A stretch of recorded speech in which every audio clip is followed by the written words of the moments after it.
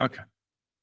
So, welcome back, everyone, to our second lecture for BC310 Church and Ministry Administration. I think one of the students have a question. Please ask your question. So a question is, can you share some moment of your life where you got so angry regarding this church and administration?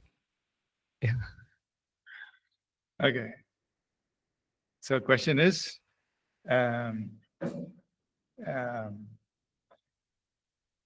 share examples where you got very angry in church about church.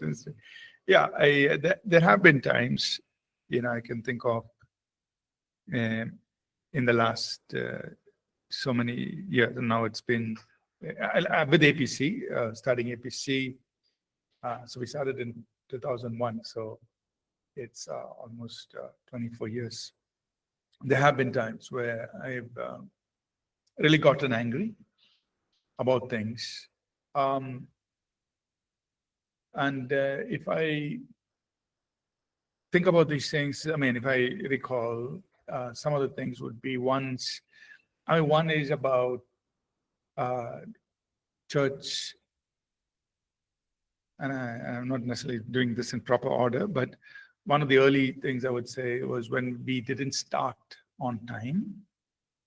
I remember, so from the beginning, one of the things we wanted to do is when we tell people we're starting something at a certain time, we must start on that time. Be ready before it. And at least 1 minute before you start. So if you're saying 10:30, 10:29, start. That means we are on time. Okay, sometime may happen, okay, 1 minute like this way is okay, but not, like we can't be late. That was something we tried to practice, and we always insisted. And I remember early days, I think this was maybe 2008, because I remember that was the year we had, we used to call it outpouring meetings. Every evening during that year, we were having meetings like in a hall, UTC. Every evening we were having, I think it was 7 to 9, we would have 2 hours of like prayer, worship, spontaneous. It wasn't like very set. We would start with worship and then we'll see how it goes. Just time of seeking God. So it was going on. The plan initially was just to go on indefinitely. We went on for more than 40 days.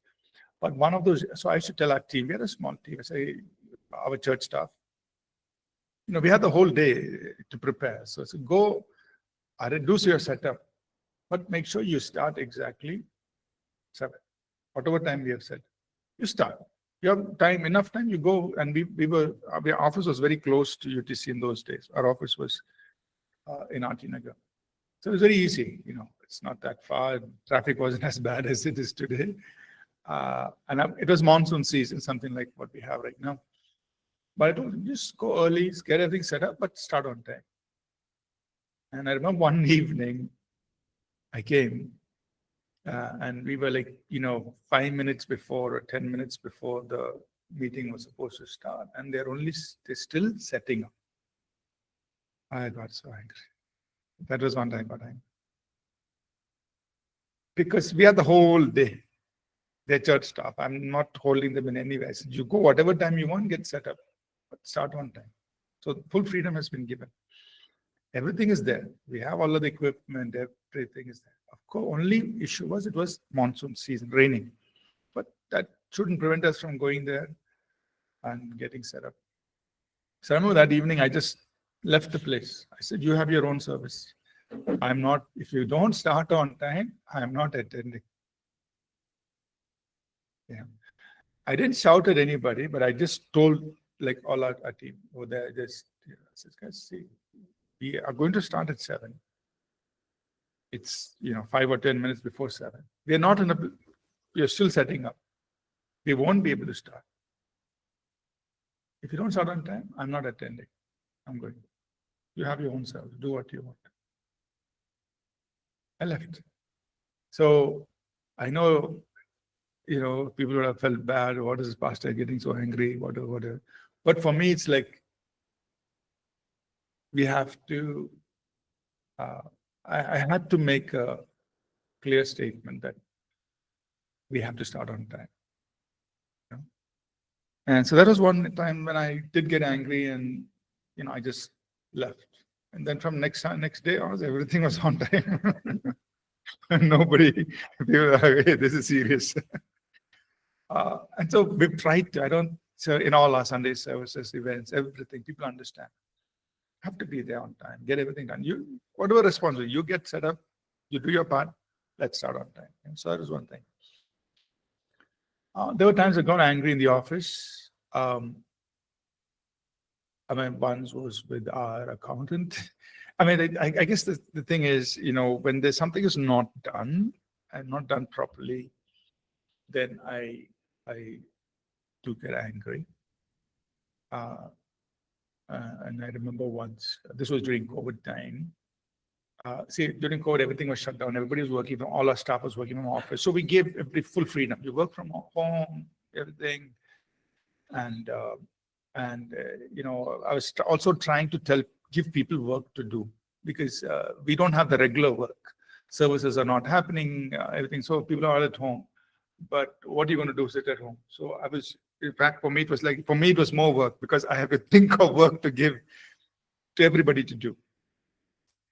And because everybody's at home, we will be sitting idle. So I thought at that time, it was a good thing for us to document, some of the things what we're talking about. Like for every department, please document all the processes. Please document everything. So I assigned that to all the staff. So by that time, we probably had some 20-some staff. So all the staff are given the same work. For your area of work, please document, write everything down. And I gave them good, 1 month or something. Please, and send it to me on this date. Our accountant didn't do it. And accounting is very important, because there are lots of things happening. I even sent him a template. I even sent him a PDF of an accounting book. Of course, he himself is an accountant. He knows all of these things, but I try to help, do all this. We need to document all our accounting systems and process, put it down, because now there's no other work at that time that was happening. Didn't do it. And I said, what happened? First time I'm being, first time we always ask nicely, what happened? Then he said, oh, no, something, excuse me, I need some more time. Okay, I'll give you some more time. But it did not get done.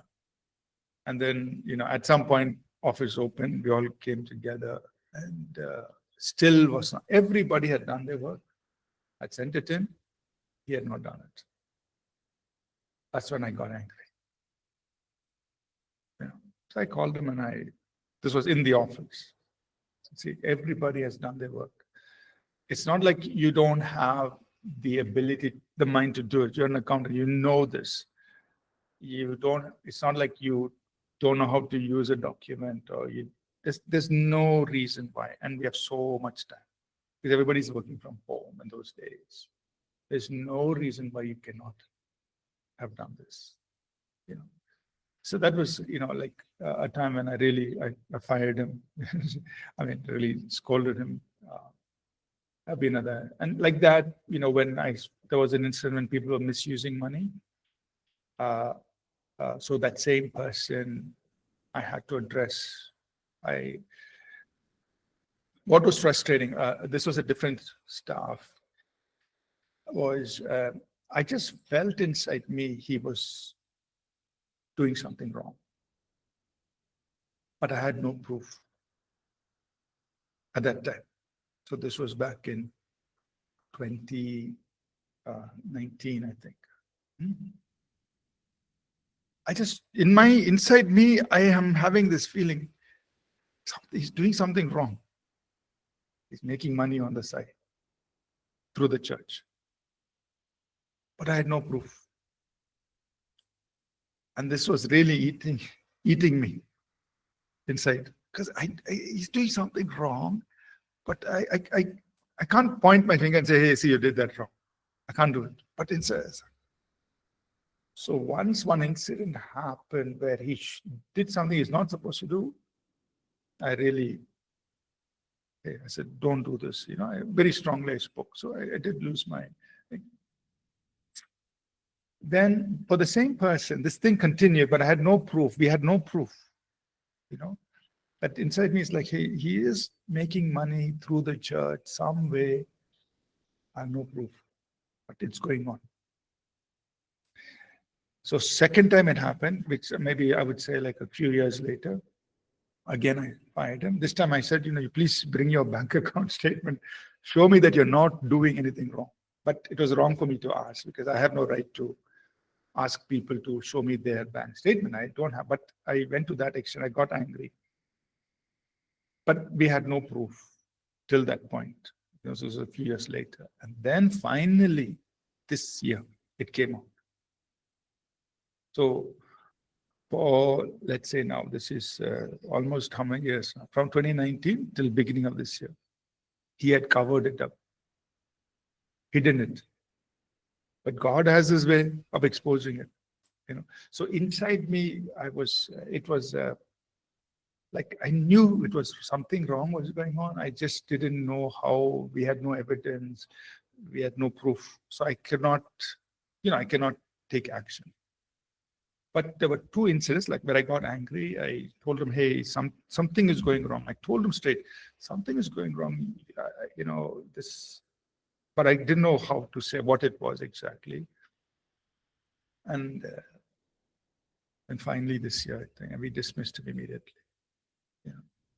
So there have been these times where in the church, in the things, I've gotten angry, especially when things are not going, right in the way it's supposed to be.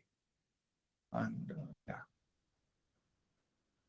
But the funny thing, the thing is, like, I usually go and say, I'm so sorry.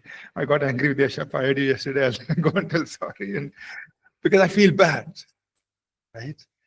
I get angry that moment. I may speak to them very strongly, very rudely. Then I'll go, I'm so sorry. I spoke to you like this. But behind it, there is a reason. There's like, I'm trying to address a matter, but at the same time, I'm trying to be calm when addressing it without being angry. And so there have been occasions when things have happened. Yeah. I hope that answers your question. Okay, so there's another question in the chat. Biju is asking, do you have a flowchart to define process, for example, collect your offering, deposit in bank, or say attending newcomers? Yeah, Biju, we will have some examples. It's coming up. We have a little diagram and we will go through it. And I've also outlined some steps to explain these things. Yeah, it's coming up. Lucy has a question. Are there any steps to address if we are sensing something wrong? This is so, if we have evidence, if we have proof, then it makes it easy for us to address a matter. But if you don't have proof, and like in the situation that I just was talking about, where I just inside me, I knew something was wrong. I even had some sort of an idea of what he could be doing. And so at those, but I didn't have a particular name or instance. So we actually, what we did, for example, let me just tell you, what I felt was that this particular staff, he was introducing vendors to us. So, as a church, we have a lot of vendors, people who are supplying different things, vendors to us. And what I felt inside me is this staff who is introducing vendors is collecting commission from them. Saying, see, I'm getting you this job from APC, so you have to give me some percent of what you're making. So that was the sense I had. But I had no particular evidence, proof that, hey, this vendor is giving you so much money, this vendor is giving you. I had no proof like that because, we are only, he will introduce the vendor, we are paying the money to the vendor. If vendor sends a bill, we are paying the money. What is happening outside? No proof. But that was a sense. So then what I did, and this I did in 2020 itself. As soon as I had this thing. I realized what was, inside me, I realized it. We put guidelines. We did two things. One is, we said, we introduced for the first time in 20 years, we never did this in 20 years, but when this was happening, we introduced what is called as a vendor service agreement. That means we wanted the staff who introduces the vendor has to get this agreement signed that the vendor is not giving any money to the staff. So we introduced that. He happily got them all to sign and sent it. So I thought, okay, he got them all to sign and send. So that means I still have no evidence because it's fully covered up now. All of the vendors have signed this thing. Secondly, we wrote our accounting, in our accounting practice, we added this line. No staff is allowed to collect any commission from any vendor. And we sent it to all our staff. We had a meeting, we told all our staff, this is the new policy. Everybody said, yes, amen. But so I did two things, right? One is we had them to sign document. We also spoke to all our staff. So this person said yes to everything, but he's continuing outside to do it. Right? So Lucy, that was what we did. Like, even though we had no evidence, we introduced these things in 2020. But the staff continued. It did not stop that person until it was exposed earlier this year. Because there was a problem between him and the vendor. Vendor came to me and told everything. From that day, I've been giving him so much money. He has collected so much money from me. And the vendor came and he confessed the whole thing. So that's when we knew that problem was going on from those days. Right? Yeah. Yes. Yeah. Can we also take the steps of checking that means something is going wrong? Shall we have a thorough check? Means speaking to them, means so that it will not take so much of long time like that. Yeah.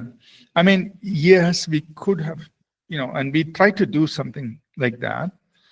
The accountant would speak to every vendor, tell them to sign this document, but they all said yes and all signed it. So, Okay. yeah, so that's the problem. Nobody was being truthful at that time. Well, then everybody will become smarter in handling things. Okay. Yeah. Okay. Anyway, Okay, sir. Thank you. It's a sad thing that happened, but I'm just, sharing that it happens in church, it's a church setting. Yeah. Question. So you said you felt something was going wrong. So can we say that Holy Spirit was guiding you to this way, that something was going wrong in that between? Yes. So, I could say that, like for all of us, right, the Holy Spirit is telling us in our spirit. And we did take preventive measures. We did put the right things in place, which I think were like a warning to the staff.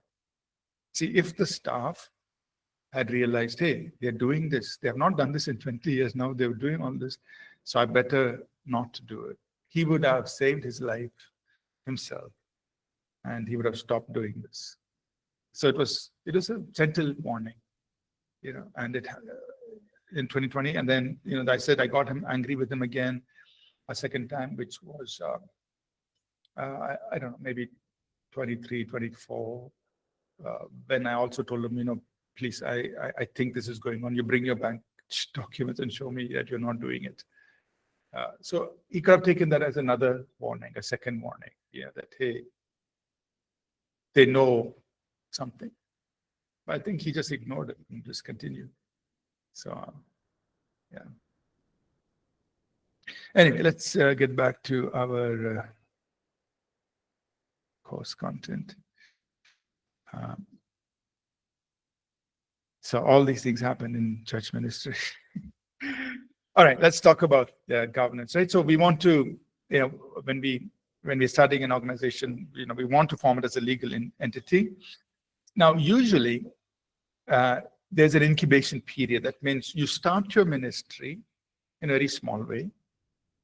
Because when you want to form a legal entity, you need at least 3 people. Sometimes up to 5 people, sometimes 7 people, just depending on the rules that are there in that place. But most cases, minimum, anywhere, you need 3 people to form a legal entity, unless it's like a one-man thing. But in many countries, they will not allow you to form a non-profit or a religious organization with one person, because the chances of things being mishandled by that one person is high.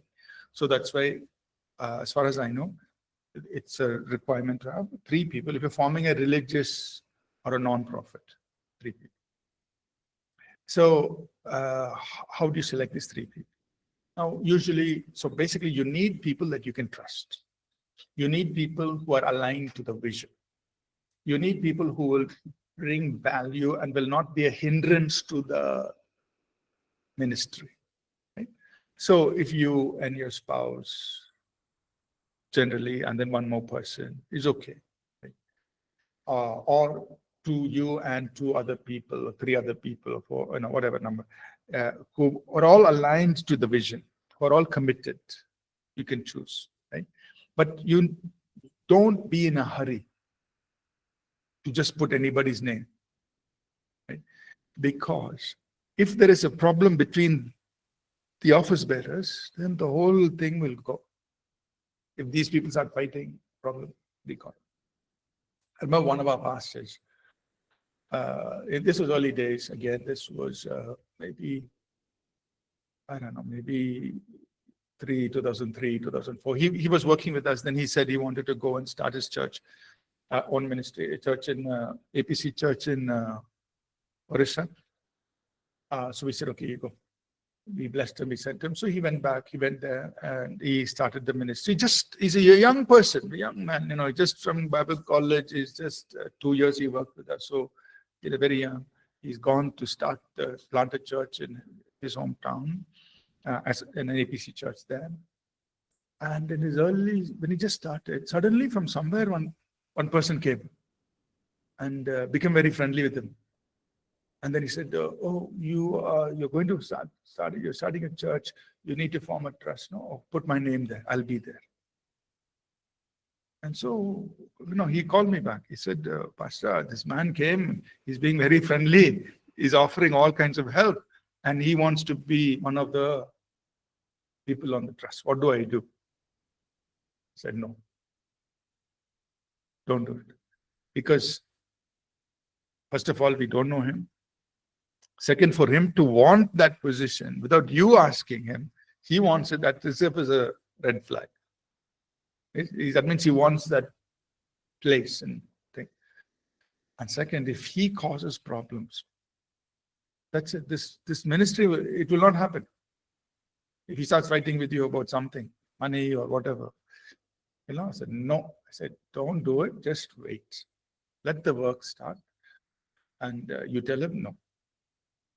So when he said, "Sorry, we cannot put you on the trust. No, we have to," I spoke to my pastor. He just left. So you'll have all these kinds of people coming who will want to have position, place, especially if they want to be a part of that entity. But if the motives are not right, you have to be very careful. So this incubation period where take your time to find the right people whom you will have as part of the entity. You have to be of one mind. You have to be of one heart. You have to be aligned to the vision. You have to trust each other, because you're the core. Legally, you're responsible.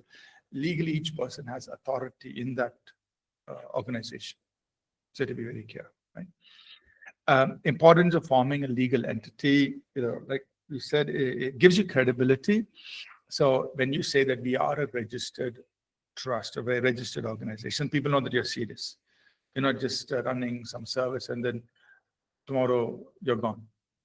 It's there. You're here to, right? Secondly, separate entity status. This is very important.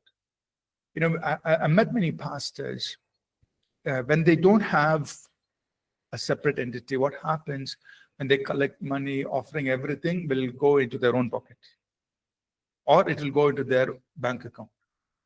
So personal account, church account, everything is only one account. So then how are you going to separate? What is the money people have given for the church versus what is the money you are going to use for your own expenses? So this is a problem. Right?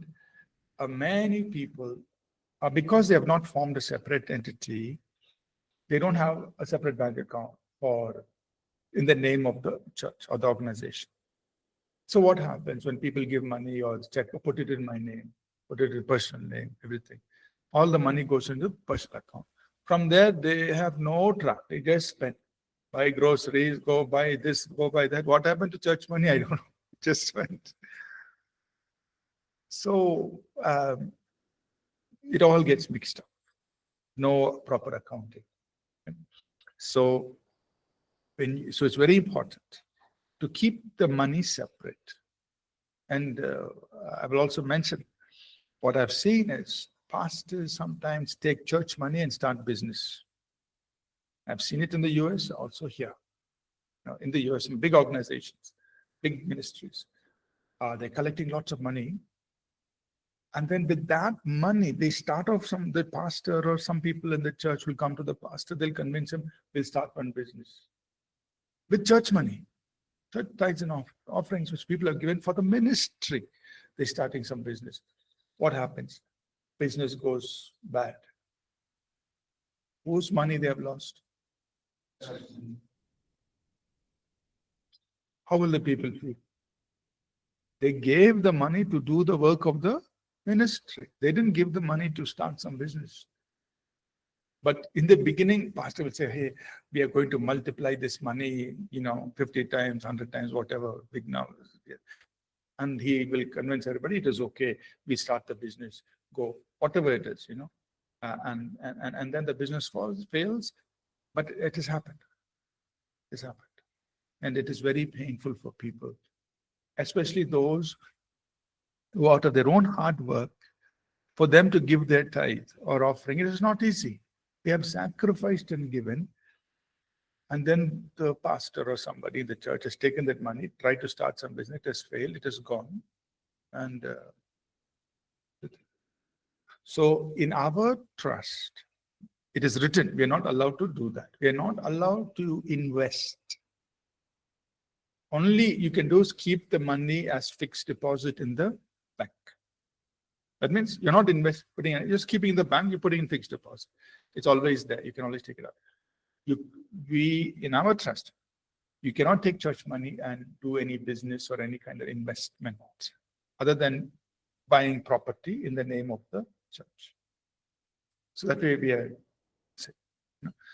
So these are some problems. If you don't have a separate entity, you don't have a separate account, all these problems begin to happen. Third, there is protection. That means if you keep your account separate, your church ministry separate, anything goes wrong, at least your own personal things are not affected. Because it's separate. You're an individual, church has been running, something happened there, that organization faces the responsibility, not you, right? So keeping it separate. Also, you can enlist professional services. So if you want to ask some accountant to help with the church, or whatever, like we said, many vendors, all that. When they know that you are an organization, they're coming, providing service to an organization, not in your personal name. So you can get people to help you, professional services you can use. Also, in many countries, religious organizations don't have to pay tax. So also in India, the religious organization doesn't pay tax, but the people who contribute to the organization, they don't get tax benefit. Right? Whereas in America, both work. That means the religious organization doesn't pay any tax, and those who give money to the religious organization, they get tax exempt for the amount that they have given. So both benefit, but we don't have that benefit here in India. Benefit is if you're a religious organization and you have to have a 12A registration. That means you have to be registered in India with this particular registration, 12A. If you're registered as a religious organization and you've got 12A exemption, then you don't pay tax, right? But here's again some very important thing. If you're registered as a religious organization and you're collecting payment for anything, so not offering, but payment, like if you're selling something, you're selling biryani, or you're selling whatever you're selling books, or if you're selling something, that means that is not considered offering. It is, people are paying for that, whatever they're getting. Then you have to pay tax on that. You don't pay tax on offerings or contributions, but you pay tax on, whatever sale you make, So, example, if we're having a conference and we tell people, you have to pay whatever money, say 2,000 rupees to come for the conference, then we have to pay tax on that. Because we are charging a fee. It's a fee. But if you say you give whatever offering you want, free will offering, then it's fine. Because that is only an offering. It's a contribution. It's not a... So that means people can attend even if they don't pay. Or people can pay 100 rupees and attend. Or people can pay 1,000 rupees and attend. It's up to them. Right? So that's why you'll find in our events, we only say contributions, welcome. I mean, you give what you want. Sometimes we let them know that, hey, this event is costing us, per head, it'll cost us 2,000 or 2,500, whatever the cost. We let them know, but we're not forcing anybody to give the amount. We're just saying contributions, welcome. So that means somebody can attend even without paying anything. It's free. Because if we collect a conference fee, then we have to pay tax on that. And then the problem is, in checking the taxable income, they will check everything, all your accounts. So they can ask questions. They unnecessarily keep asking questions on everything. Who gave that money? Who gave this money? You have to answer. And as a church, it's very difficult to answer because we don't know who's giving what. Right? When people make offerings, we don't know. Somebody gives 5 lakh rupees. We may not even know their name. So it's very difficult for us to track who is giving what, at least here in India. And so we just don't want to get into that space. So we just stay away from all that. Okay. But the benefit is you can be tax exempt. And then in some cases, governments may have some grants for non-profit organizations, especially if they're doing social work kind of things, right? They will have some grants. And remember, or keep this in mind, that there are different kinds of non-profit organizations. You can have a religious, or you can have just a secular non-government. You can even have education. And the rules are different. Right? So if you're having a church, you're going to do Christian ministry in India, you have to be a religious organization. Again, here's another mistake many people make, or I think it's a wrong thing. What they do is they form a social organization and then they do religious work.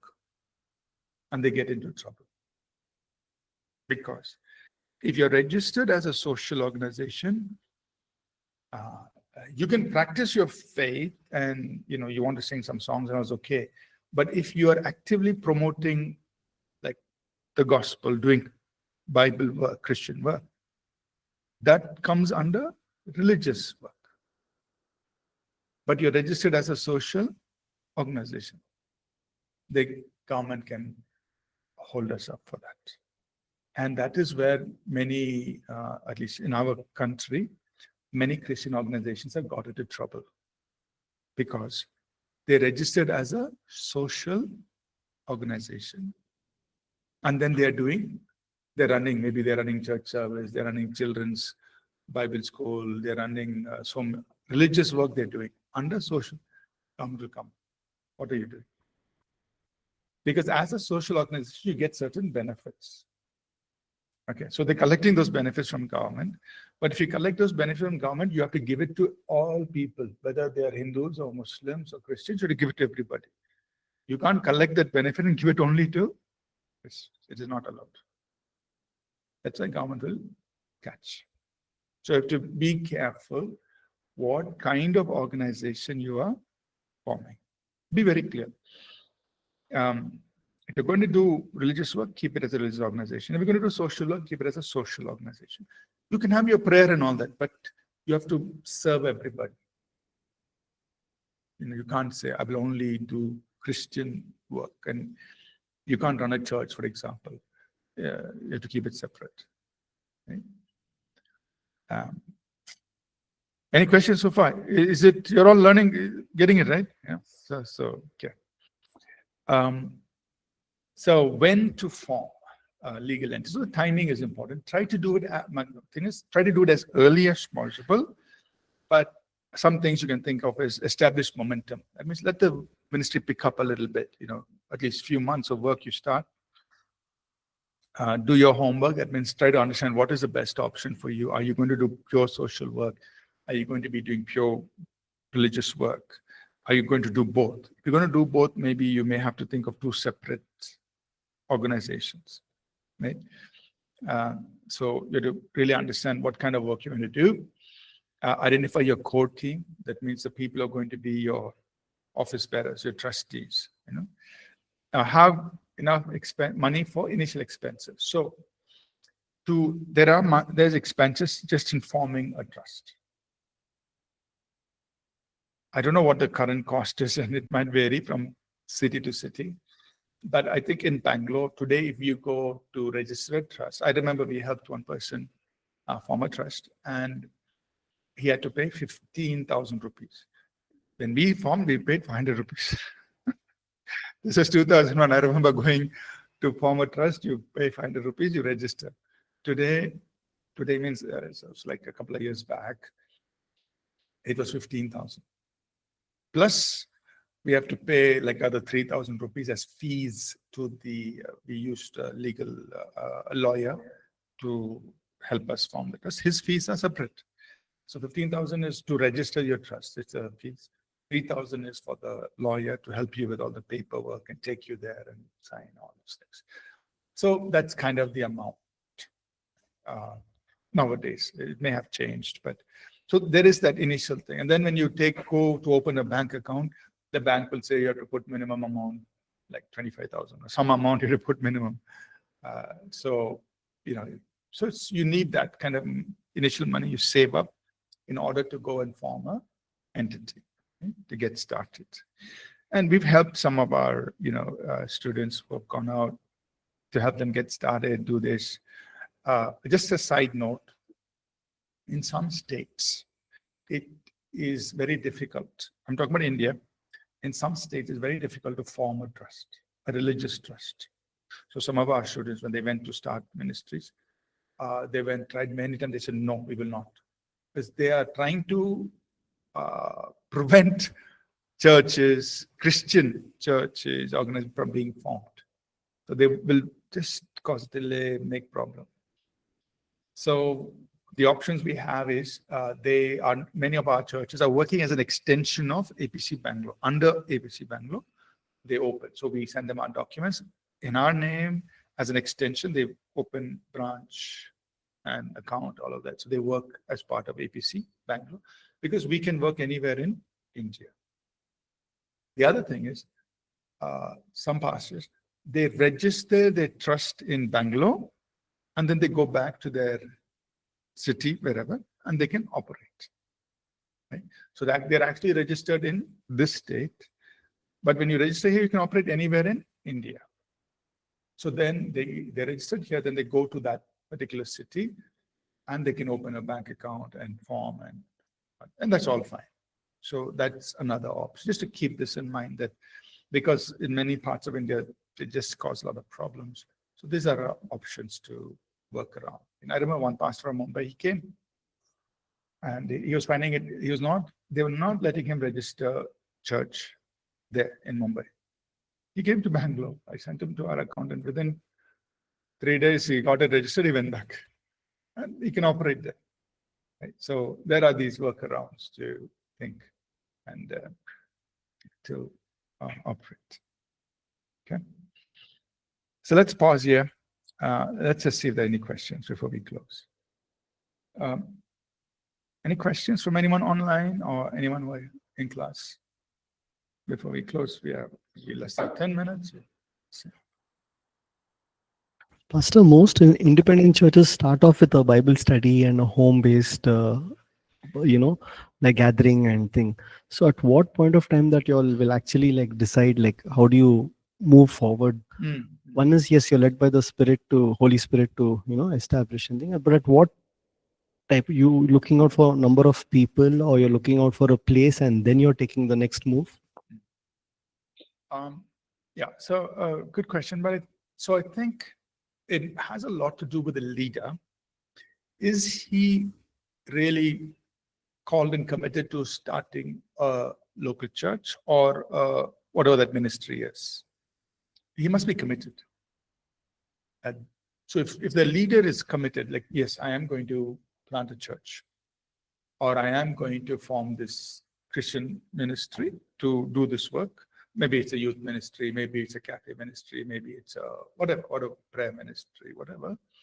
That yes, I am going to form this and formally take it forward. So the moment the leader is convinced, committed to it, then it's good to form that entity. Of course, the other things would be do you have a core team? Like you need at least 3 people. So do you have 2 other people who have the same vision, but also have the same commitment? Third would be the practical thing, the money that's needed, so if you get all of this together, then I would say once these things, just go ahead and register. Because with that, then you can take a place for rent. You can receive contributions. All those things can be done very clean. Yeah. So, and even if you don't necessarily, like, things don't grow very fast within 1 year, 2 years, it's okay. You just, at least you're covered. And any questions? So we are an entity, we are functioning as an entity. Nobody can stop that. Any other questions? Okay, so we'll stop for today. We'll continue this tomorrow. Not tomorrow, next week. I'll share a copy of our APC, trust deed, just as a reference. And we'll connect again next week. Pastor, Yes. if suppose we have started a entity, a fresh one, with 3 people, then how do we decide our salaries and upon what this one, with a commitment? Yeah. Good questions. We will discuss this, in the coming weeks. We will, especially we have a chapter on finances, accounting, also a chapter on human resources where we decide, how do you pay salaries, all those things. We will definitely talk about that. Yeah. Yes, Pastor. Thank you. Thank you.